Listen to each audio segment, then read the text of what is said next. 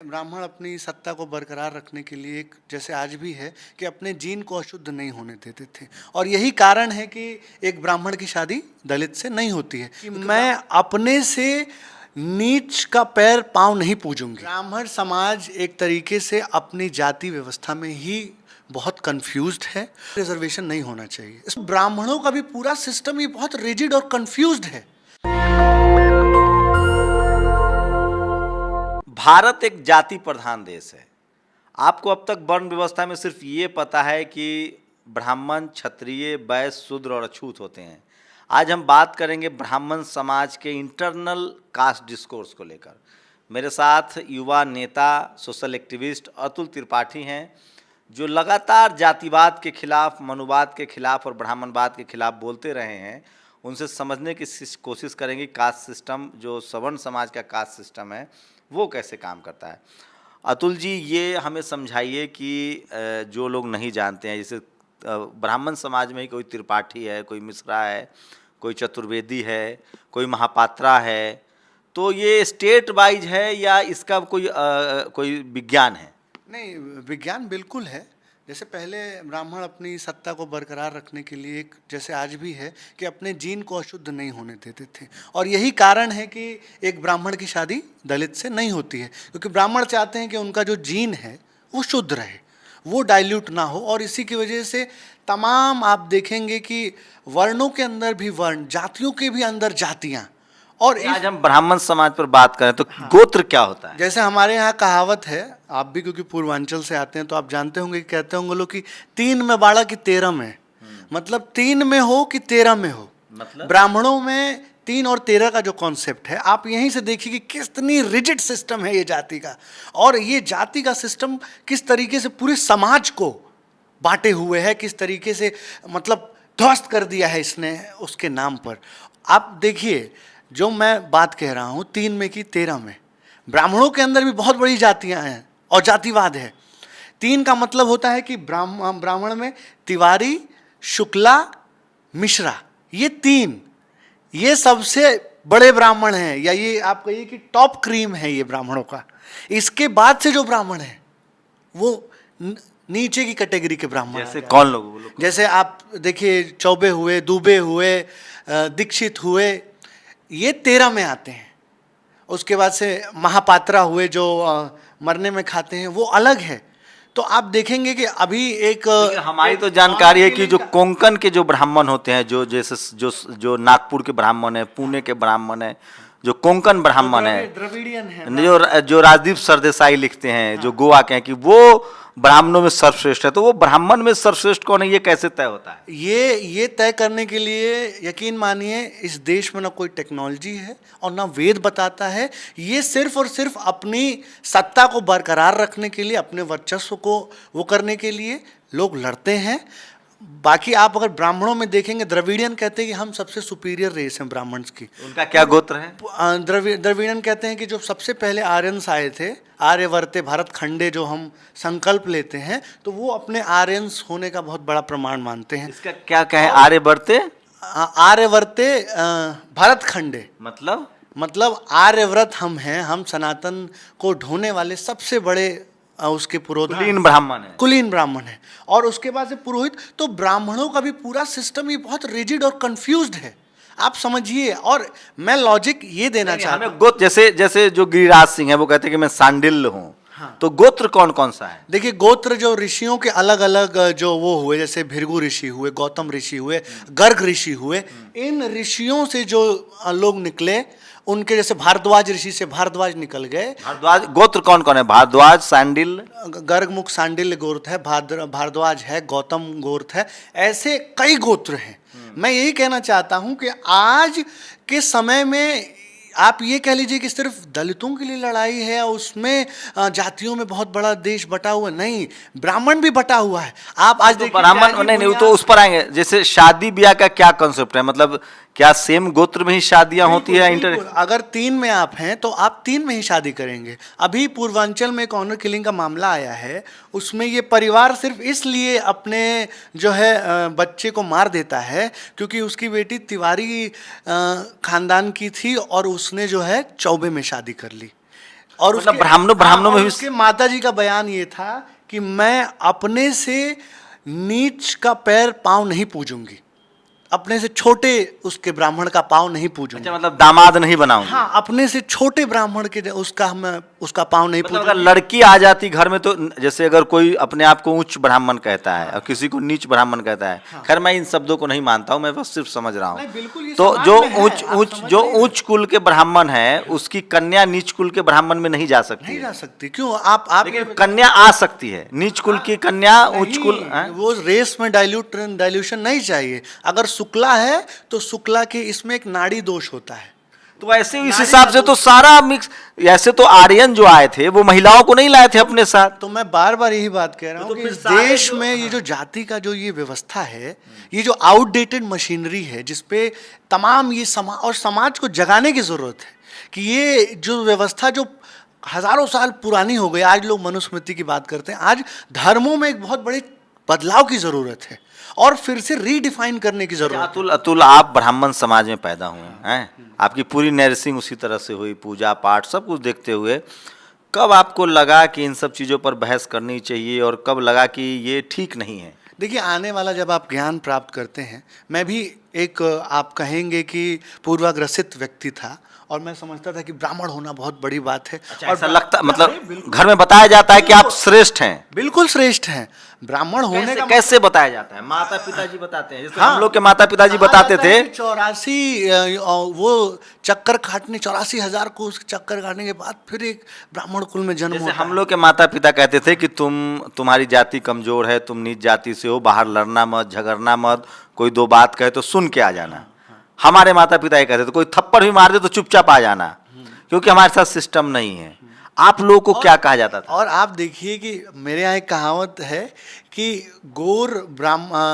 करिया ब्राह्मण गोर, ये मतलब कहावत कही जाती है, रंग में कैसे बांटा जा रहा मैं है। ये शब्द मैं माफी आपको चाहता बता रहा हूँ, हूँ, जो शब्द है जाति सूचक शब्द है। हाँ, मैं बता रहा हूँ, यही समाज शेड्यूल कास्ट के लिए नहीं इस्तेमाल नहीं कर इस्तेमाल कर सकते हैं, वो मैं आपको बता रहा हूँ।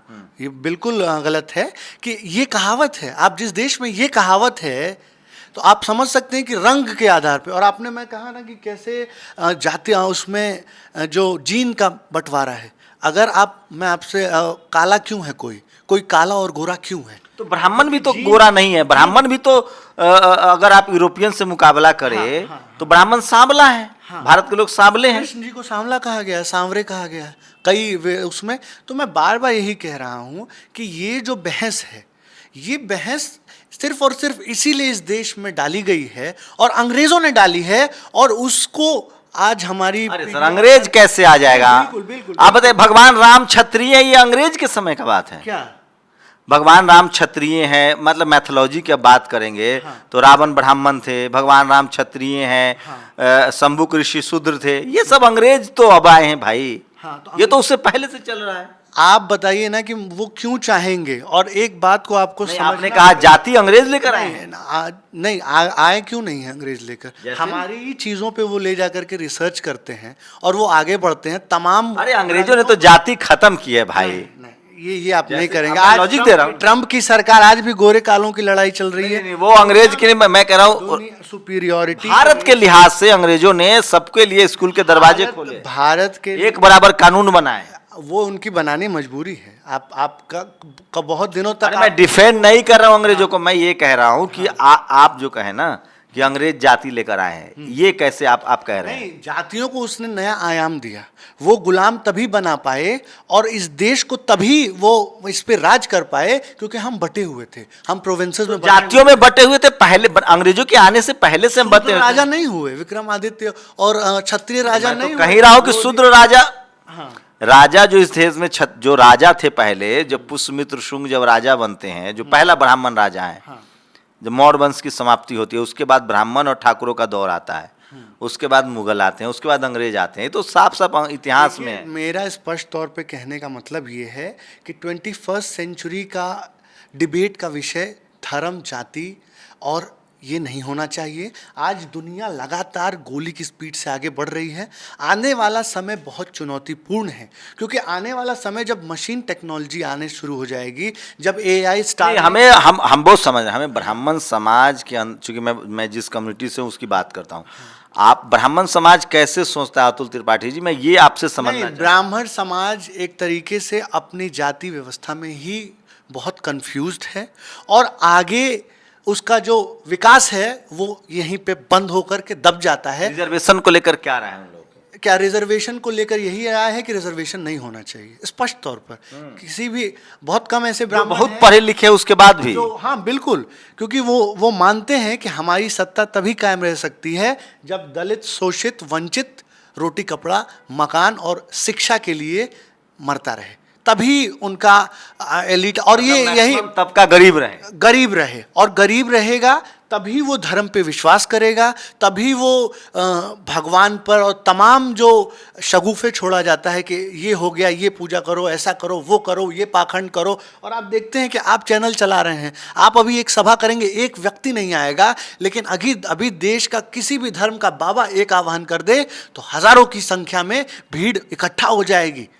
तो आप इन वर्जनाओं से कैसे निकला? ये मैं बिल्कुल, जब हम शिक्षा लेते हैं, जब हम एक ऐसे स्कूल से पढ़ते हैं और तमाम उन चीज़ों को, कुरीतियों को देखते हैं, जब मैंने देखा अपने सामने कि गरीबी के दंश झेलते हुए एक दलित अपना वो कर दिया, जब मैंने देखा कि एक दलित को सिर्फ इसलिए मार डाला जाता हो क्योंकि वो किसी के सवर्ण के घड़े से पानी पी ले, किसी के पानी पी लेने भर से, आप बताइए कि ये ब्राह्मण समाज के डाइनिंग टेबल पर ये सब डिस्कस होता है कि इस देश में इस सब प्रॉब्लम हो रही है? आने वाला जो नई पीढ़ी ब्राह्मणों की हो रही है वो पढ़ी लिखी हो रही है, और वो एक और नया कॉन्सेप्ट आ रहा है, और मुझे लग रहा है कि उसको स्वागत करना चाहिए कि जिस तरीके से आपने देखा मायावती, मान्यवर काशीराम और बाबा साहब अम्बेडकर के जो प्रयास थे, जो लगातार 70-75 साल से, वो कहीं ना कहीं सफल हुआ है, ऐसा हम नहीं कह सकते हैं। बहुत जागरूकता आई है, और धीरे धीरे जो ब्राह्मण समाज का जो युवा तबका है वो बहुत अच्छे से एक्सेप्ट कर रहा है, और वो अब छुआछूत तो बहुत तरीके से वो खत्म। अच्छा, ये ब्राह्मण समाज पहले कांग्रेस के साथ था जब बीजेपी नहीं थी, अब पूरी तरह से वो बीजेपी के साथ है। उसके पीछे ये कैसे तय करते हैं कि जैसे बीजेपी के दौर में भ्रष्टाचार है, महंगाई भी है, उनके बच्चे भी बेरोजगार हो रहे हैं, उसके बाद भी किन वजहों से उनको लगता है कि आरएसएस और बीजेपी अच्छा है? देखिए, ब्राह्मणों का जो एक आरएसएस ने यही कहा था कि हिंदू राष्ट्र बना देंगे। ब्राह्मणों के साथ सबसे बड़ा धोखा जो है वो एक हिंदू राष्ट्र की परिकल्पना उनको दे दी गई कि आपको हम हिंदू राष्ट्र बना देंगे और आपकी सत्ता वैसे ही बनी रहेगी, क्योंकि जब हिंदू राष्ट्र बनेगा तो जो मोनोपोली है, जैसे आज कैपिटलिज्म को, पूंजीवाद को किस तरीके से नया वो बना करके समाजवाद को कुचला जा रहा है, और अंबानी अडानी को सबसे बड़ा व्यापारी इस देश का नहीं दुनिया की बनाने की साजिश चल रही है, जो बहुत हद तक सफल है।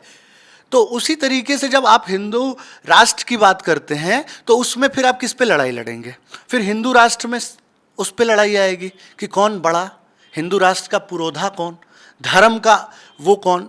तो आप देखिए सिलसिलेवार ढंग से प्राइवेटाइजेशन, सबसे बड़ा प्रहार इस देश में प्राइवेटाइजेशन के जरिए दलितों पर होने जा रहा है, दलितों के आरक्षण पे होने जा रहा है, दलितों के अस्मिता पे होने जा रहा है, क्योंकि ये साजिश है इस देश को प्राइवेट करके, क्योंकि प्राइवेटाइजेशन जब होगा तो सरकारी संस्थाओं में आरक्षण मिलता है, पीएसयूज में आरक्षण मिलता है, तो सरकारी संस्थाएं ही जब नहीं रहेंगी, जब सरकारी स्कूल कॉलेजेस में बंद होने लगेंगे, तो दलित को न्याय कहाँ से मिलेगा और सामाजिक न्याय कैसे स्थापित किया जाएगा?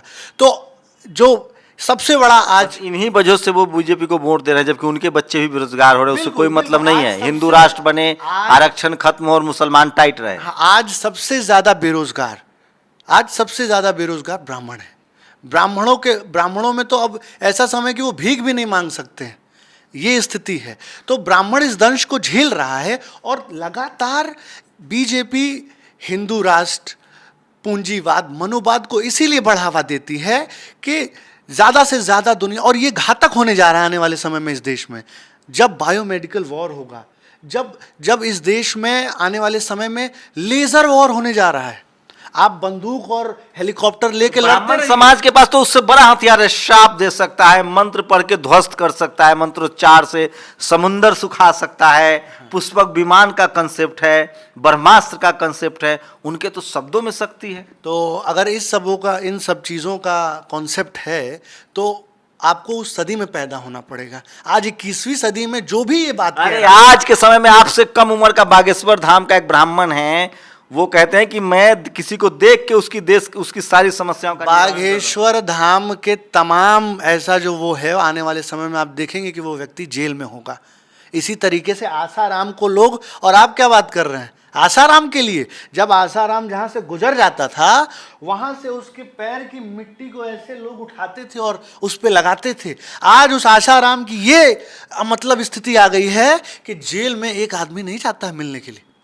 आज ये स्थिति, आप ये समझिए कि धर्म को फिर से रीडिफाइन करने की ज़रूरत है। और ये जितने बाबा हैं, सबसे बड़े करप्ट और सबसे बड़े, मैं समझता हूँ इस देश में सबसे घटिया और गंदे लोग जो हैं, जो ये कहते हैं कि मैं भगवान, जनरलाइज करना ठीक नहीं। नहीं जनरलाइज करना पड़ेगा। जब 90 में 80 बेईमान, तो मेरा भारत महान नहीं हो सकता है। आज अब हम कलयुग है, और कलयुग में तो कलयुग कैसे है, ये तो कलम युग है, सबको पढ़ने का वेद ही ये मानता है कि ये एक ऐसा युग है जब धर्म पूरे तरीके से ध्वस्त हो जाएगा। ये वेद मानता है कि कल्कि का जन्म, और कल्कि का जन्म होगा, और कल्कि का जन्म होने के बाद धर्म को फिर से स्थापित किया जाएगा। बीजेपी से ब्राह्मण क्यों अटैच है? मतलब पहले जो कांग्रेस, आपको कहा, आप ब्राह्मण की सत्ता बनी रहे, पूंजीवाद बना रहे, और ये ब्राह्मणों के साथ बहुत बड़ा धोखा है। लेकिन पूंजीवाद में तो सबसे ज्यादा वैश्य समाज की भागीदारी है। जो ब्राह्मण किंग होता था, जो ब्राह्मण माना जाता था कि ये किंग मेकर है, मतलब आपके पीछे अगर ब्राह्मण खड़ा कर दिया तो आप राजा बन गए, ये सच्चाई। तो ब्राह्मण समाज तो वोट बैंक बना दिया, बीजेपी ने उस ब्राह्मण को वोट बैंक बना दिया।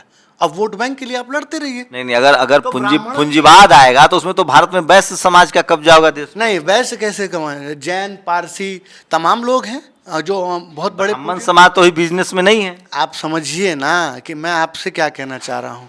धर्म ऐसी अफीम है कि बड़े बड़े लोग आके वहाँ पे दरबार में अगर नहीं झुक सकते हैं, और धर्म की अफीम तो अमेरिका और रूस को हम लोगों ने वो कर दिया।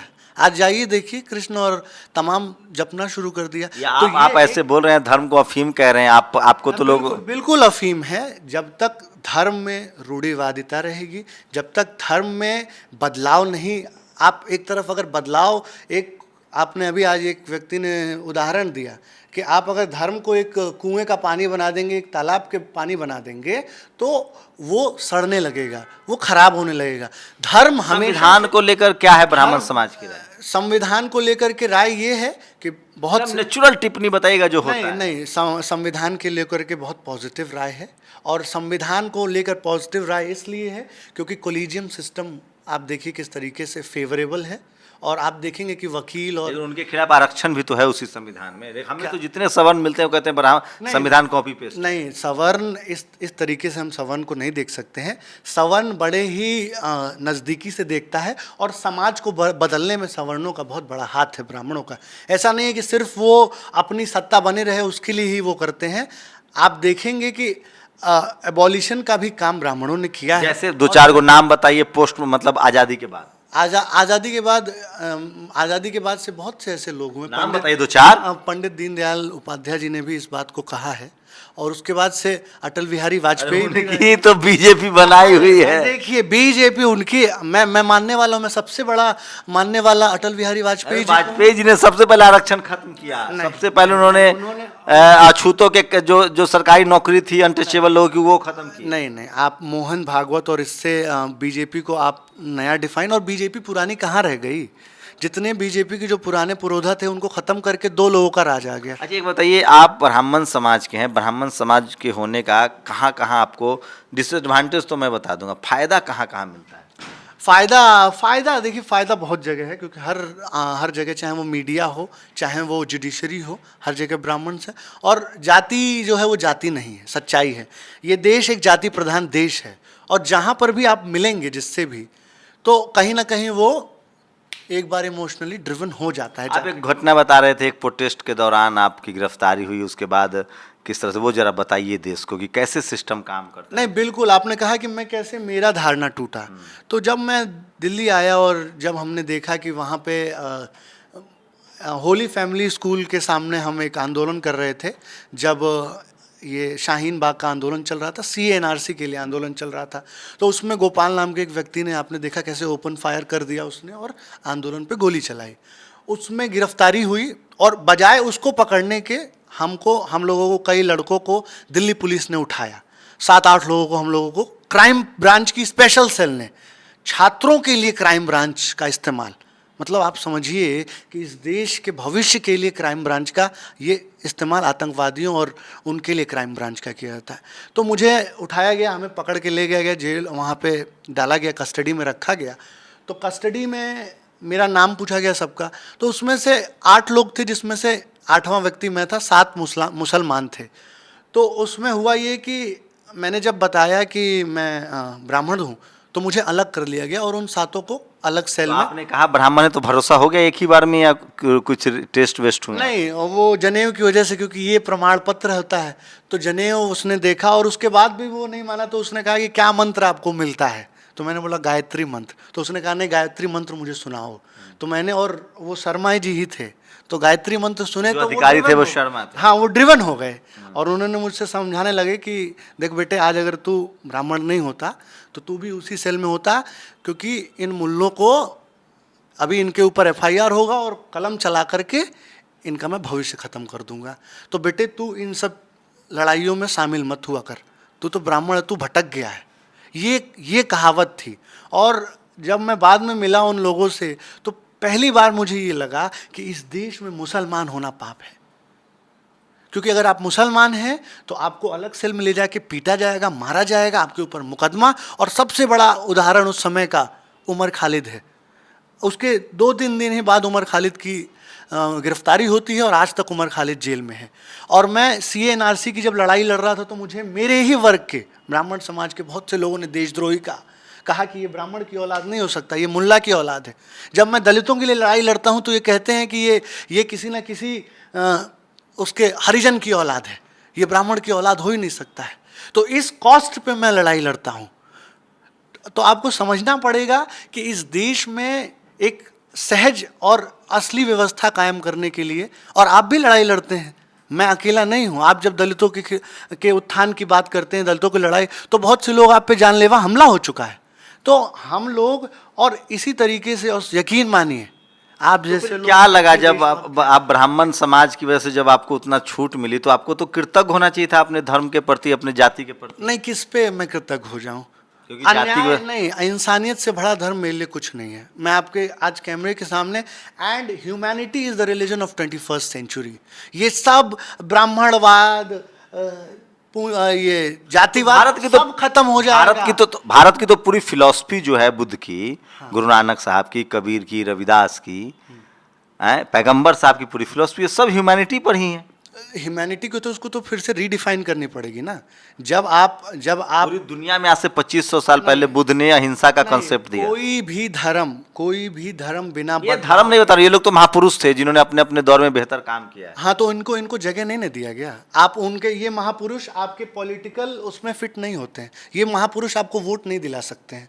हम दारा शिकोह की बात कर देंगे तो दारा शिकोह आज मैं रहीम की बात कर दूं, आज मैं कबीर की बात करूं, कबीर जी ने कितने बेहतरीन बात की है। दुनिया इस पे रिसर्च कर रही है कबीर के दोहों पर। और तो ब्राह्मण समाज के डाइनिंग टेबल पर ये सब डिस्कोर्स होता है? नहीं, डिस्कोर्स अब होगा जब हमारी पीढ़ी बैठेगी और जब इन कुरीतियों पे चर्चा करेगी। और मुझे विश्वास है, मुझे देख करके आज बहुत से ब्राह्मणों में चेंजेस आए हैं। अच्छा, परिवार में किस तरह का, जैसे आप जैसे लोग जो ब्राह्मण समाज से निकलते हैं, उनको परिवार में किस तरह का मतलब विरोध झेलना पड़ा? नहीं, सौभाग्य रहा है कि एक ऐसे बहुत पढ़े लिखे पिता मिले मुझे, जो मैं ये करता हूँ तो वो मुझे सपोर्ट करते हैं। और देखिए, ब्राह्मण का जो मूल अर्थ होता है संस्कृत में, वो होता है ज्ञान। ज्ञान मतलब ब्राह्मण, नॉलेज मीन्स ब्राह्मण। तो ये क्या बात है, जो पढ़ेगा लिखेगा उसको ज्ञान हो जाएगा, तो बस तो वही ब्राह्मण है। ये आपने बहुत अच्छी बात कह दी कि अगर ये व्यक्ति भी इसीलिए ब्राह्मण समाज दूसरे को पढ़ने लिखने देना नहीं चाहते हाँ, थे। ये सबसे बड़ी बात है कि इसीलिए आप स्कूलों में ना जाएं, आप वेदों में ना, आप आज वेद पढ़ के आइए, कौन कहता है? और अब तो महामंडलेश्वर भी बनाने पड़ेंगे, आप वेद को रिडिफाइन करना पड़ेगा। इसीलिए मैं कह रहा हूं, मैं क्या प्रतीक आज इसीलिए मैं इसको कलम युग कहता हूं, जहां सबको पढ़ने का अधिकार है।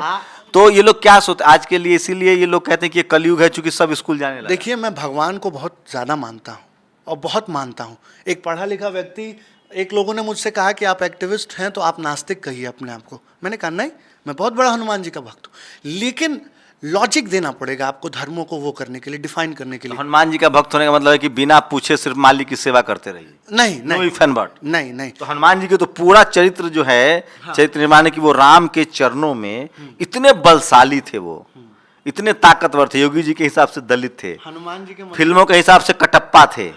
तो हनुमान जी ने लेकिन कभी सवाल नहीं पूछा कि सीता मैया के साथ आपने क्यों सीता मैया का त्याग कर दिया, सीता मैया को क्यों अग्नि परीक्षा देनी पड़ी, लव कुश को आपने क्यों जकड़ दिया, लव कुश से क्यों आप युद्ध करने चले गए, अपने पुत्र का ही आपने क्यों नहीं पहचाना, किसी के कान भरने से आपने सीता मैया की अग्नि परीक्षा ले ली। तो हनुमान पर ये सब सवाल उठ रहे हैं कि हनुमान जी को कम से कम भगवान राम को समझाना चाहिए था, क्योंकि वो भगवान राम के बहुत प्यारे थे हनुमान।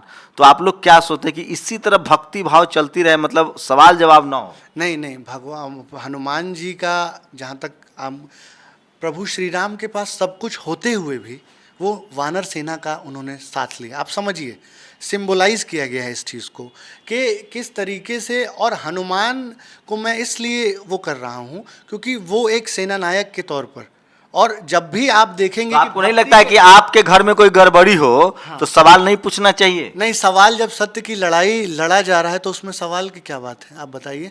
और ये सब लीलाएं हैं, फिर आप इसको पूरा एक तरफ तो आप कहते हैं भगवान, नहीं, मैथोलॉजी है, ये माइथोलॉजी है, ये लीला है। मैं बार बार कह रहा हूँ है कि धर्म को आज तो कोई समझ ही नहीं पाया है। धर्म का इस्तेमाल धंधे के लिए हो गया है, लेकिन उसको इस्तेमाल धंधे के लिए हो गया है, लेकिन कौन कर रहा है? समझने वाला कोई नहीं है। कौन कर रहा है धर्म के धंधे? तमाम बाबाएं हैं, आप जाके देखिए। आपको नहीं उतना ट्रस्ट में जितना पैसा आता हो इतना उनको आ जाता है। तो धर्म पर तो अभी भी एक अधिकार ब्राह्मण समाज का है, ट्रस्ट पर ब्राह्मण समाज। बहुत बड़ा बहस की जरूरत है धर्म के ऊपर, इसको रिडिफाइन करने की जरूरत है। तो पूरा ब्राह्मण समाज कटघरे में खड़ा है, क्योंकि इस देश के धार्मिक ट्रस्टों पर, खासकर हिंदू धार्मिक ट्रस्टों पर ब्राह्मण समाज का इतना सोना मंदिरों में पड़ा हुआ है कि आज अगर उस सोने को हम देश की अर्थव्यवस्था में अनऑर्गेनाइज्ड को ऑर्गेनाइज्ड कर दें तो ये अर्थव्यवस्था कितनी आगे जाएगी। तो मैं बार बार आपसे कह रहा हूँ, मैं धर्म के खिलाफ नहीं हूँ, मैं किसी भी धर्म के खिलाफ नहीं हूँ। मैं धर्म के साथ लॉजिक और धर्म को फिर से रीडिफाइन, मॉडर्न एरा में धर्म को रीडिफाइन करने के लिए। क्योंकि जब करोड़ों लोग इस्लाम को मानते हैं, जब करोड़ों लोग हिंदू धर्म को मानते हैं, जब करोड़ों लोग क्रिश्चियनिटी को मानते हैं, तो धर्म को आप गलत और ख़राब नहीं कह सकते। धर्म के ठेकेदारों से हमें जो है परहेज है, और धर्म के नाम पर अंधविश्वास फैलाना, धर्म और अंधविश्वास के बीच में एक बहुत पतली रेखा है, बहुत पतली रेखा है, यकीन मानिए।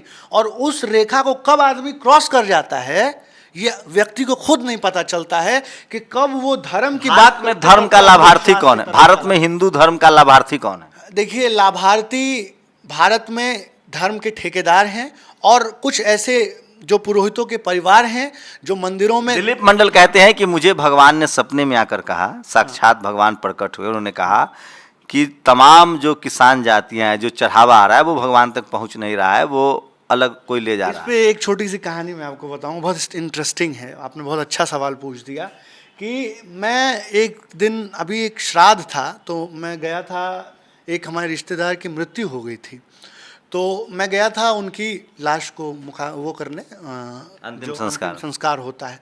तो वहाँ मैं बैठा था तो एक व्यक्ति आए और उन्होंने एक दुकान वाले से प्रश्न पूछना शुरू किया कि अरे पंडित जी, ये बताइए कि आप ये जो सामान जब अंतिम संस्कार होता है तो बेड और साइकिल, चेन, ये सब दान किया जाता है। हाँ, गाय दान किया जाता है।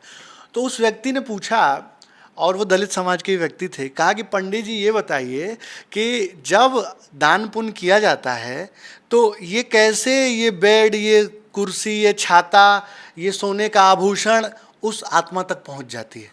ये तो पंडित जी के पास जाता है ना, ये कैसे जो है अमृत आत्मा तक पहुंचती है। तो उन पंडित जी ने उस व्यक्ति को गाली दिया। क्या धर्मी हो तुम? नहीं, गाली दिया, माँ की गाली दी, और वो व्यक्ति ईंटा उठा के लड़ने को तैयार हो गया। तो पंडित जी ने कहा, और सच्चाई देखिए, लॉजिक देखिए, पंडित जी ने कहा गाली तो मैंने तुम्हें दिया, तो माता जी तक तुम्हारे कैसे पहुंच गई, और तुमको बुरा क्यों लग गया, और तुम क्यों पत्थर उठा के मुझे मारने को तैयार हो गए।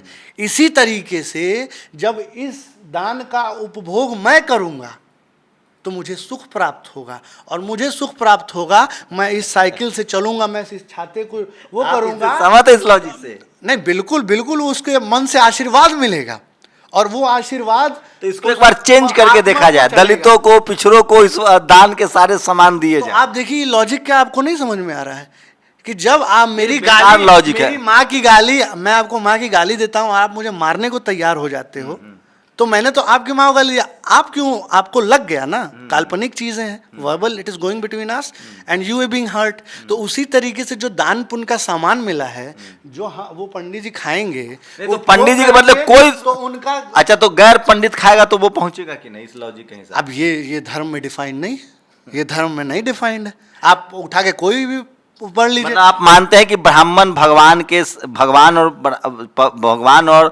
भगवान और भक्त के बीच में ब्राह्मण जो है वो मीडिएटर है? नहीं, बिल्कुल बिल्कुल, और ये भी मैं कहूँगा, देखिए कि न्याय को और धर्म को स्थापित करने में एक सबसे बड़ा हाथ रहा है ब्राह्मण का, लेकिन अब वो समय चला गया। इस तरह का न्याय जो भी कि जो हमारा पूरा सिस्टम चला आ रहा है उसको थामे हुए हैं। आज भी पंडित जी लोग जाके सत्यनारायण भगवान का कथा कहते हैं, पुरानी बातों को। धर्म थामे हुए हैं या न्याय व्यवस्था थामे हुए हैं? नहीं नहीं, धर्म व्यवस्था को। ब्राह्मण समाज के लोग, जहाँ अंग्रेजों ने कहा है कि इनमें न्याय प्रिय चरित्र नहीं होता, थामे हुए हैं। आप बताइए ना, आज भी गांव में पंचायत होती है तो पंडित जी को बुला के पूछा जाता है, वो मामला है सबसे ज्यादा जातिवाद, सबसे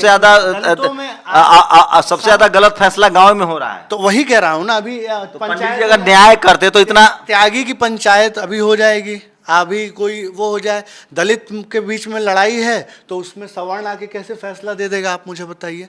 तो तमाम, आप देखिए, आप इस व्यवस्था को नकार नहीं सकते हैं। ब्राह्मणों को अब ये समझना पड़ेगा, और ब्राह्मण को फिर से चेंज होना पड़ेगा। अब मानवीय मूल्यों को अपनाना पड़ेगा, और इन जो धर्म है वो खुद ब्राह्मणों को बदलना पड़ेगा। अच्छा, हमारी माँ जिंदा है, उसको कोई गाली दे रहा है तो हम उसका दुख माने हमको बुरा नहीं मानना चाहिए, क्योंकि वो गाली हमारे माँ तक नहीं पहुंची। लेकिन हमारे पिताजी मर गए हैं तो हमें ब्राह्मणों को दान देना चाहिए ताकि सामान उन तक पहुंच जाए। देखिए, ये जिंदा माँ का कब हम कदर न करें, ऐसे ही लॉजिक से भरा पड़ा है धर्म। और मैंने आपसे कहा कि किस तरीके से धर्म और अंधविश्वास के बीच में एक बहुत पतली लाइन है।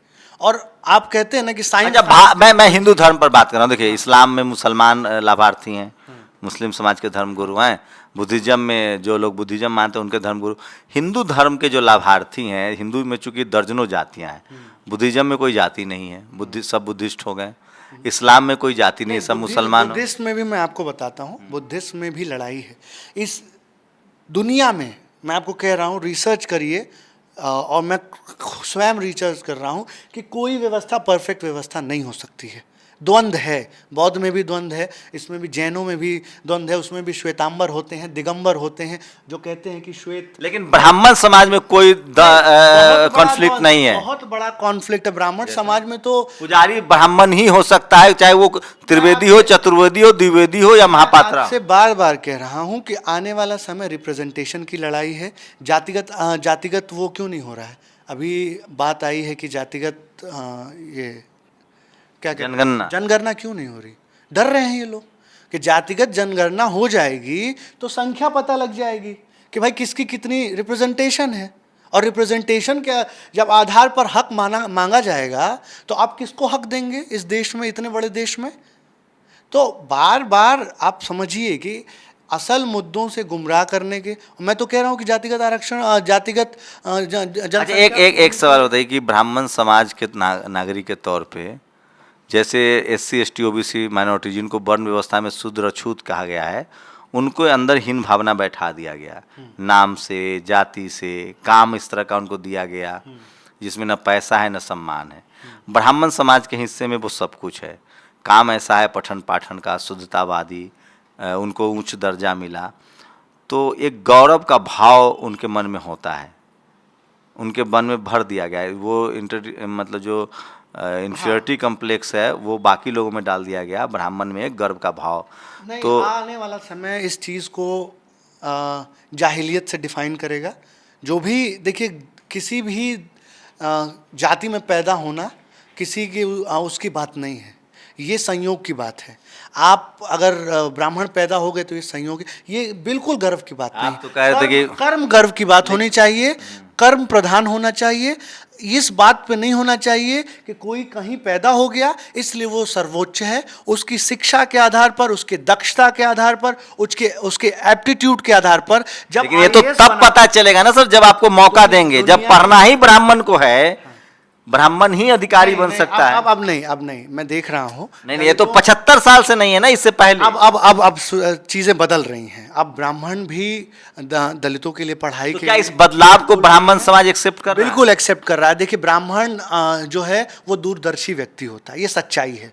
वो भविष्य को देखने वाला होता है। फिर वही आगे, जब कोई भी पढ़ा लिखा आदमी दूरदर्शी हो सकता है जिसको मौका मिलेगा, इसमें जाति कहाँ जाती है? आप जब उसको ब्राह्मण समाज ही दूरदर्शी क्यों होता है? नहीं, जब आप उसको एलीट कहते हैं तो एलीट तो इसलिए है ना क्योंकि उसने सारे संसाधनों पर अपना कब्जा रखा। एलीट आप भी हो सकते हैं अगर आप भविष्य, आप पढ़ाई करके आप समझ जाइए कि भविष्य पांडे जी क्यों एलीट, मतलब पढ़ने का आपके हाथ का रेखा देख के हम बता दिए कि ऐसा है, ये रेखा ऐसे जा रही है, मंगल मजबूत है, और आप जो है 5 साल बाद ये बात आप मानते हैं, रुपया के मालिक हो जाएंगे। ये सब बात आप मानते हैं? बिल्कुल। अरे क्यों, इसी में तो धारणा चल रही है। भविष्य को देख सकता है जो वही ब्राह्मण है। आप पूरी दुनिया इस पे वो कर रही है। अच्छा। हस्तरेखा पे पूरा क्लासेस हैं। कैसे बात कर दी है? ब्राह्मण दूरदर्शी है, सच्चाई है ये।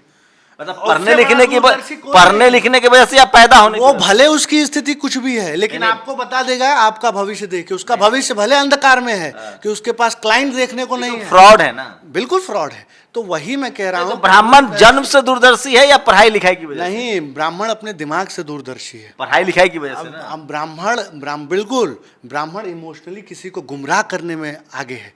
क्योंकि मैं सबकी बात नहीं कर रहा हूँ, मैं इन पाखंडवादियों की बात कर रहा हूँ, इन पोंगा पंडितों की बात कर रहा हूँ। ये सब दिन के। चलिए आप समझिए, तो ये चीजें नहीं होनी चाहिए। और बिल्कुल मैं ब्राह्मण हूँ, और ब्राह्मण आने वाले समय में सतीश चंद्र मिश्रा अगर मायावती जी के साथ नहीं वो करते तमाम चीजें, तो एक बढ़िया नहीं हो सकता है। आपको समझना पड़ेगा। मतलब आप फाइनली मानते हैं कि शंभू भाई, आप मुझे दिखा रहे हैं, मैं आपकी भाईचारा और मेरे भाईचारा, मैं तो ब्राह्मण है, आप इसलिए ब्राह्मण मामलों को समझ, हमारे बीच में जब प्रेम, मैं आपको सर्टिफिकेट नहीं दे रहा हूं कि आप ही सबसे ज्यादा अच्छा। नहीं, कोई भी बोल सकता है। बिल्कुल, मैं ही बहुत बड़ा। आप कह रहे हैं कि ब्राह्मण होने की वजह से उसके पास एक्स्ट्रा ऑर्डिनरी नॉलेज आ जाए, मैं क्योंकि उस जाति में पैदा हुआ है। नहीं, ये एक लास्ट बात, एक लास्ट बात, जैसे एक ब्राह्मण बच्चा हो और एक शेड्यूल कास्ट परिवार में जन्मा बच्चा हो, एक को सैन फ्रांसिस्को भेजते हैं जो शेड्यूल कास्ट में पढ़ने लिखने के लिए, और ब्राह्मण समाज के बच्चा को सतपुरा के घने जंगल में भेजते हैं, तो कौन होशियार होकर आएगा? बिल्कुल जो उच्च शिक्षा को प्राप्त करेगा। तो मानते हैं ना कि पढ़ाई लिखाई पर एक अधिकार, पूजा पाठ पर एक अधिकार, संपत्ति पर एक अधिकार की वजह से ही ब्राह्मण समाज को अपने आप को शिखर पर मानता है। उसका जाति से, जन्म से कोई लेना देना नहीं। बिल्कुल, जन्म से किसी का कोई लेना देना नहीं है। आप बताइए, आज नहीं खत्म करते हैं। इस देश का प्रधानमंत्री जो कहते हैं कि मैं ओबीसी हूँ, तो देश का प्रधानमंत्री इसका मतलब ब्राह्मण हो जाना चाहिए था। चलिए, मैं यही समझाने की कोशिश कर रहा था कि आप किसी भी जाति या धर्म में पैदा होइए, उससे होशियारी का कोई संबंध नहीं है। होशियारी का सीधा कहूंगा, आईएएस जैसी सबसे बड़ी परीक्षा है इस देश में, तो क्यों नहीं जाति के नाम पर कर देती कि ब्राह्मण है तो आप आईएएस बन जाए। दक्षता का टेस्ट होता है, इंटरव्यू होता है, साइकोलॉजी होती है। और दूसरी बात, मैं अंत करूंगा, तो लड़ाई है सर कि ब्राह्मण देख के लोग नंबर ज्यादा देते हैं और गैर ब्राह्मण को कम। मैं अंत करूंगा इस चीज से। आपने बोला मानवीय मूल को, इस देश के ब्राह्मण को, इस देश के जो भी लोग हैं उनके अंदर करुणा आनी पड़ेगी, और प्यार से नफरत। आप बुद्धिज्म की तरफ जा रहे हैं। दया करुणा तो बुद्धि का काम। नहीं, बिना दया की आप कैसे, अगर मुझे इन पे दया नहीं आएगी कि ब्राह्मण समाज को बुद्धिस्ट होने के लिए कह रहे हैं क्या? अरे भाई, आपको मैं बार बार कह रहा हूं कि ये पूरा धर्म के एक, देखिए सुनिए, एक धर्म है, सुनिए ना सर, एक धर्म है जो कहता है साम दाम दंड भेद सब अपनाओ। एक बुद्ध का रास्ता है जो कहता है कि पंचशील अपनाओ। वो कहता है एक मिनट, आप बुद्ध की व्यवस्था कोई सबसे बड़ी व्यवस्था मानते हैं इस धरती पर? हैं? और आप आज आप क्या, मैं नहीं, पूरी दुनिया में बहुत से दलित, बहुत से लोग जो अम्बेडकराइट हैं, मुझे मतलब बड़ा एक तरीके से बाबा साहब ने बुद्ध को अपना गुरु माना है भाई। अच्छी बात है, बहुत अच्छी और बात सुनिए है। तो आज मैं से बुद्ध 25 को- पूरी मैं दुनिया बुद्ध में को- बुद्ध पर रिसर्च हो रहा है, जो उनका 5 पंचशील का सिद्धांत है, दया, करुणा, मैं- काम, क्रोध, लोभ, मोह, पाप से आप दूर रहिए। मैं बुद्ध उनकी विचारधारा है। बुद्ध की विचारधारा को यहाँ प्रश्न नहीं पूछ रहा हूँ, मैं उन लोगों को कह रहा हूँ जो ये कह रहे हैं कि आप बुद्ध बन जाओ, बुद्ध ही सबसे अच्छी व्यवस्था है, आपको अगर कहीं दिक्कत है, मुसलमान है तो आप बुद्ध बन जाओ। मैंने किसी को बनने के लिए नहीं कहा सर, मैं कह रहा हूं जैसे 5 लोग हैं, हाँ। तो 5 जैसे बाबा साहब ने फिलॉसफी को माना और बाबा साहब ने उसको आत्मसात किया, किया। चाहे बुद्ध हो, कबीर हो, रविदास हो, गुरु नानक हो, ये सब लोग जो थे और अपने अपने मानवीय समय मूल्य में सब करुणा और मानवीय मूल्यों से भरे हुए थे। भरे हुए। लेकिन वर्ण व्यवस्था जो है, जो जिसको आप हिंदू धर्म कह रहे हैं, उसमें जो वर्ण है, उसमें ये सब लिखा हुआ है, कर्म कर, फल की चिंता मत कर, काम मतलब उसमें लिखा, उसमें व्यवधान है कि साम दाम दंड भेद कुछ भी अपनाना पड़े सत्ता के लिए, तो आप ऐसा कीजिए। वही दूसरी तरफ सोचिए, कलिंग युद्ध के बाद सम्राट अशोक किस धर्म की तरफ जाते हैं? बुद्धिज्म की तरफ। आप समझिए, बार बार एक तरफ आप कह रहे हैं कि आपको एक ओपन सोसाइटी चाहिए और दूसरी तरफ आप बार बार किसी भी धर्म को आप डिफाइन करना चाह रहे हैं। नहीं, मैं धर्म को डिफाइन नहीं कर, बुद्ध इज नॉट ए धर्म। वो हमारे आपके जैसे, आप अतुल त्रिपाठी हैं, मैं शंभू कुमार सिंह हूँ। बुद्ध एक आदमी थे जिन्होंने लोगों को कहा कि भाई सदाचरण अपनाओ, कोई धर्म, बुद्धिज्म धर्म ही नहीं है, धम्म है, द वे ऑफ लाइफ, जिसमें पंचशील का सिद्धांत है। झूठ मत बोलिए, चोरी मत कीजिए, किसी के साथ अन्याय मत कीजिए, और अंत में सिर्फ करुणा हो। बुद्ध के पूरी फिलॉसफी में कोई युद्ध नहीं है। बुद्ध ने अंगुली माल जैसे इंसान को कहा कि तुम इंसान बन जाओ, जबकि बाकी जैसे आप जो जिस धर्म में मैं पैदा हुआ, हिंदू धर्म में, उसमें तमाम तरह के अस्त्र शस्त्र, मार पीट, हत्याएं और युद्ध की कहानियां हैं। बुद्धिज्म के जो, सुन तो लिए सर, मैं बस सिर्फ मैं तुलना कर रहा हूँ। किसी भी बुद्ध साहित्य में, विनय पिटक, सूत पिटक में कहीं भी मार पीट, काट कूट की कोई प्रावधान ही नहीं है। वो सिर्फ करुणा। बुद्ध ने अपना घर भी छोड़ा था क्योंकि उनको जिला बदर किया गया था, क्योंकि उन्होंने हिंसा का विरोध किया था और 2 राजाओं के बीच जो कॉन्फ्लिक्ट था उसको ख़त्म किया था। और ये मैंने कि पूरी दुनिया में रिसर्च हो रहा है कि 2500 साल पहले आया आदमी कैसे इस तरह से इतना बड़ा फिलोसफर था, जो अहिंसा को सबसे बड़ा, और करुणा, अहिंसा, करुणा, मैत्रेय, समानता, जो अपना संविधान है, जो सब 3 चीज़ है ना, फर्टर्निटी, इक्वालिटी, तो इसको सोवेर्निटी, तो ये बुद्धिज्म में बुद्ध जो थे, मैं बुद्ध की बात कर रहा हूँ, मैं उनके मानने वाले क्या कर रहे हैं, बुद्ध ने सब, बुद्ध की पूरी फिलॉसफी करुणा पर आधारित है। दया अगर आप में नहीं है तो आप किसी भी लायक नहीं हैं। नहीं, मैं बार बार आपसे कह रहा हूँ कि बुद्ध की जो फिलॉसफी है, भगवान बुद्ध की, इसको मानने में हम वो नहीं, लेकिन जो इसकी ठेकेदारी करने वाले लोग हैं, और तमाम धर्मों में, आप सिर्फ बुद्ध को ही कह रहे हैं, मैं तो समझता हूँ कि इस दुनिया के सारे धर्म एक गुलदस्ता है और इस दुनिया को एक बेहतरीन जगह बनाते हैं। लेकिन उन धर्मों में जब अंधविश्वास हावी हो जाता है, बुद्धिज्म, कोई भी धर्म हो, मैं हिंदू धर्म की भी बात कर रहा हूँ।